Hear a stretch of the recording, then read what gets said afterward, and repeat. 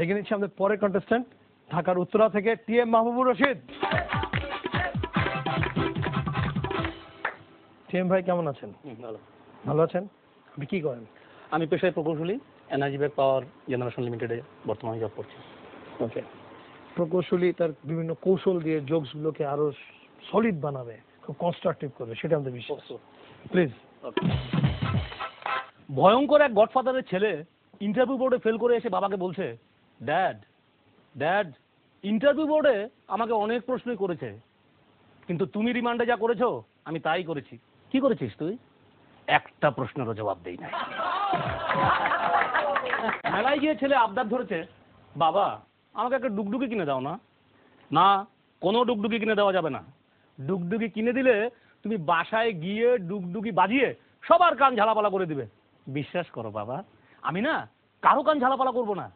সবাই যখন ঘুমিয়ে পড়বে আমি ঠিক তখনই শুধু ডুগডুগি বাজাবো। স্যার, ও স্যার একটা টাকা দেন না। ও স্যার একটা টাকা দেন না। এই তোমার লজ্জা করে না রাস্তায় দাঁড়িয়ে ভিক্ষি করছো? বাপ দেখে মনে হয় হ্যাঁ 1 টাকা ভিক্ষার লেগে আমার অফিস খুলে বইতে হইব। স্বামী স্ত্রীকে বললো, এই শোনো আমার যদি কোনো ফোন আসে তো বলো আমি বাসায় নেই। হঠাৎ ফোন বেজে উঠলো, স্ত্রী ফোন ধরে বললো ও কিন্তু বাসায় আছে। এই তোমাকে না বললাম আমি বাসায় নেই? ওটা তো আমার ফোন ছিল। মধু মধু আমার নকল দাঁতের পাটিটা নিয়ে আয় তো। দাদা সকালের নাস্তা তো এখন অনেক দেরি, তুমি দাঁত দিয়ে কি করবে? আরে ধুর, নাস্তা খাবো না, ওই সামনের বাড়ির বুড়িটা আমার দিকে হাসি দিছে। ডিরেক্টর নায়ককে দৃশ্য বুঝিয়ে দিচ্ছে। হ্যাঁ শুনুন, ওই আপনাকে কিন্তু 100 ফিট উপর থেকে সুইমিং পুলে লাফ দিতে হবে। স্যার আমি তো সাঁতার জানি না। টেনশন করার কিছু নেই, সুইমিং পুলে কোনো পানি নেই। গোরস্থানের গাছের ছায়ায় বসে আছে এক লোক, পাশ দিয়ে হেঁটে যাচ্ছে এক মেয়ে, তাকে জিজ্ঞেস করলো, গোরস্থানে বসে আছেন আপনার ভয় করে না? আরে ধুর, কিসের ভয়, নিচে গরম লাগতেছে তাই উপরে উঠে বসছি। 20 বছর পর বন্ধু বিদেশ থেকে ফেরত এসেছে, তার দেশি বন্ধু তাকে জিজ্ঞেস করলো, দোস্ত বিদেশে বিয়ে শাদীর কি অবস্থা?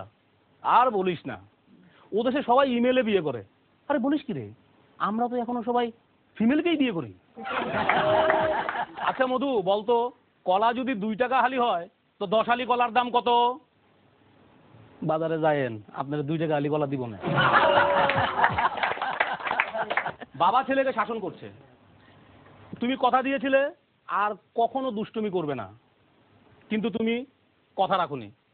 আমি বলেছিলাম তুমি দুষ্টুমি করলে তোমাকে কিন্তু আমি মারবো। বাবা আমি যেমন কথা রাখিনি তুমিও রেখো না। আমার বন্ধু জাহিদের বিয়েতে আমি যেতে পারিনি ঝামেলার কারণে। তো কিছুদিন পর জাহিদের বাসায় গেলাম ভাবিকে দেখতে। তো ভাবিকে দেখে জাহিদকে আড়ালে ডেকে নিয়ে জিজ্ঞেস করলাম, কিরে দোস্ত তুই তো অনেক লম্বা চূড়া, তোর বউ এত ছোট কেন, কেসটা কি? আরে বেটা বুঝছ না, বিপদ যত ছোট হয়। এই শুনছো, পাশের বাড়ির রহিমের মেয়ে অঙ্কে 99 পেয়েছে। বাহ, মেয়েটা তো বেশ মেধাবী। তা 1 নম্বর কাটা গেল কি করে? আর বলো না, তোমার ছেলেটা যা তেদর হয়েছে না, 1 নম্বর তো ওই নিয়ে এসেছে। বিদেশ থেকে এক বন্ধু আমাদের আড্ডাস্থলে এসেছে, চুলে ভীষণ জেল টেল মেখে চুল স্পাইক করা। তো আমরা বললাম, কিরে দোস্ত তোর চুল এরকম? আরে এটা বিদেশি জেল লাগিয়েছে দোস্ত, বিদেশি জেলের অ্যাকশন।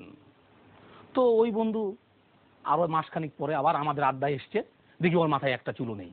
কিরে দোস্ত চুলগুলি গেল কোথায়? আর বলিস না রে, ওই জেলেরই রিয়াকশন।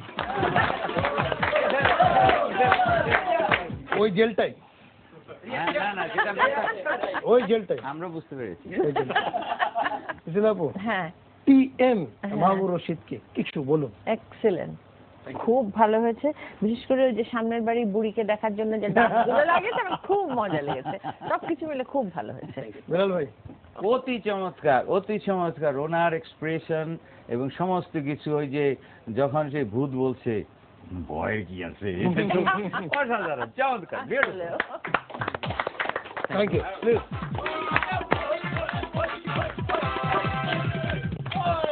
সময় হয়ে গেল আমাদের দ্বিতীয় বিরতি নেবার।